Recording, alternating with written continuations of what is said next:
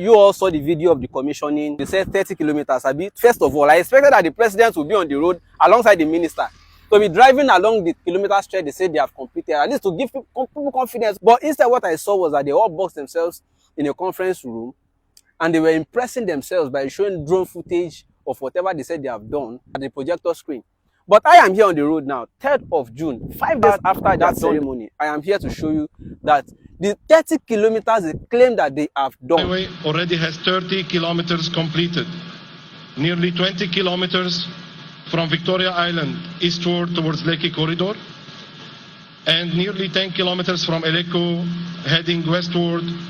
20 kilometers they said from VI to Eleko Corridor. The remaining 10 kilometers they said from Eleko inward. Gentlemen and ladies, I am at chainage 41.230 kilometers and Eleko junction is chainage 47.5. If you do the subtraction, apart from my odometer showing 6 kilometers and a little above it, because I drove in through a community road, this chainage is showing at this point where I am standing chainage 41.230. If you do the maths, what you have is 6.2 something kilometers. That simply means that the claim that they have completed 10 kilometers from Eleko into this place is not true. Today is 3rd of June. You can come in tomorrow, 4th of June, come and do your own. And by the way, did they just do the commissioning in order to give us that impression and everybody disappears? Because I can't even see the paver again. Have they stopped work? So in case you are thinking, oh, they have done 30 kilometers, I want to drive from VI, I want to go to Eleko. They are not together. They are disjointed like different pieces. Some kilometers here, some kilometers here. That's what they did. You are coming from Eleko, you just reach this point. Chaka, middle of nowhere. Point 2 that I expected us to be discussing is that they have said that by December, they are going to be tolling this road. And they are projecting around 3K per vehicle. We do not know for certain yet how many tolling points are going to be between VI and Eleko. If there are 2, that simply means 6,000 from VI to Eleko. And if you are going back another 6,000, that's 12,000 naira. No fuel inclusive, no other cost inclusive. And if you are a salary earner, what is minimum wage again? In a month, you would have spent how much just to go and come? Although it has its own benefit too, it would have relieved the Lekki-Epe Expressway of huge traffic or the volume of traffic on that route. It would have done a lot of things to, yes, it will link eventually, if the claim is true, that they want to truly link this road to Calabar. They would have saved a lot of hours in travel time. But if speculations are right, that the only thing the federal government wanted to achieve is just to link the Eko Atlantic City with Dangote Refinery and the Lekki Free Trade Zone, as well as the Lekki Deep Sea Port, then congratulations, the federal government has succeeded, because by December, according to what I'm seeing, they are likely to complete this section of it.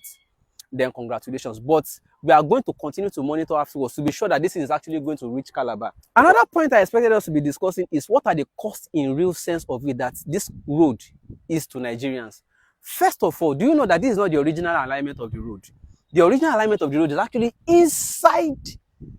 You can see the forest. Yes, the original alignment is there. So they use the original alignment to claim land inside that forest, and it is still there. And they realigned the road to this place. Do you know how many people, estate investors, who bought land here, including homeowners, those whose retirement savings were used to buy portions of land here, that they have to move? They were swept completely off.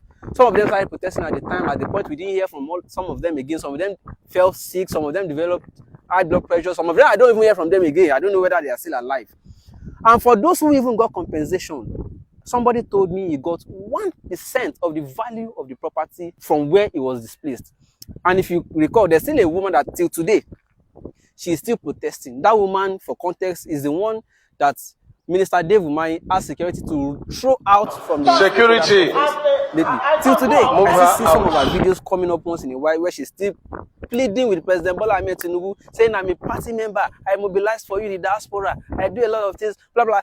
If somebody as strong as that in President's campaign committee suffers like that, but that notwithstanding, for those of you who have been receiving a lot of promises to say, oh, come and buy land by the coastal road. If you see anybody marketing any coastal road to you, any land along the coast, please check and recheck, because the old alignment of this coastal road that they used to claim is still there in the forest. So you have to be very sure it is not the land that the Minister Dave Umahi says he wants to sell actually. The moment we finish this road, we are going to deploy it by way of touring it, by way of making available the land, we are going to have along the corridor. By my speculation, they are going to be selling to banks, filling stations, hotels, and other service outlets. Because of security risk along such highway, I want to hope that there will be sufficient number of police stations as well as military barracks in order to be able to give people some safety and confidence. And lastly, I want to ask, why is it that lately all the roads that they are constructing in this country, there will be no shoulder?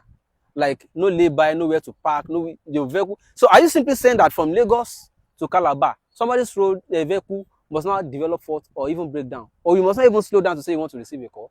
Because these are just three lanes on both sides. So I see no reason why we are not discussing all of this important, or are they not important? Because I see what you are discussing is, oh, the president should have greeted the governor. He should not have snubbed him. Oh, when these people get back into their private, they'll be laughing at what you are discussing because they have completely distracted you from all of the points I suppose. Even me, I've not exhausted all the important topics about this room. Though at the end of the day, it is still going to be beneficial to people because, for instance, those who have maybe 20 plots and they took 15 plots for the road, your remaining 5 plots, whatever you use it to do, will still be of value. In fact, it will have increased the value. So to an extent, you can discuss that it's going to open up this place, it's going to increase businesses, economy is going to sprout, and a lot of things are going. Yes, overall, it's a laudable project, but we have to be discussing other impact it is going to have. Was there even a proper environmental impact assessment, and where are the reports?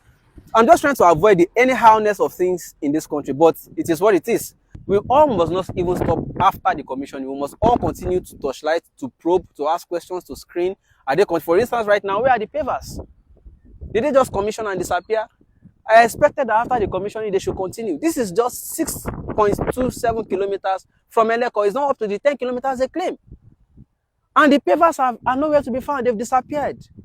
Let us focus on the real issues and discuss important subjects around every topic they throw at us. Instead of, oh, the president should have greeted the governor. He didn't greet him well. That was a snub, a whole governor. Your mouth like a poor.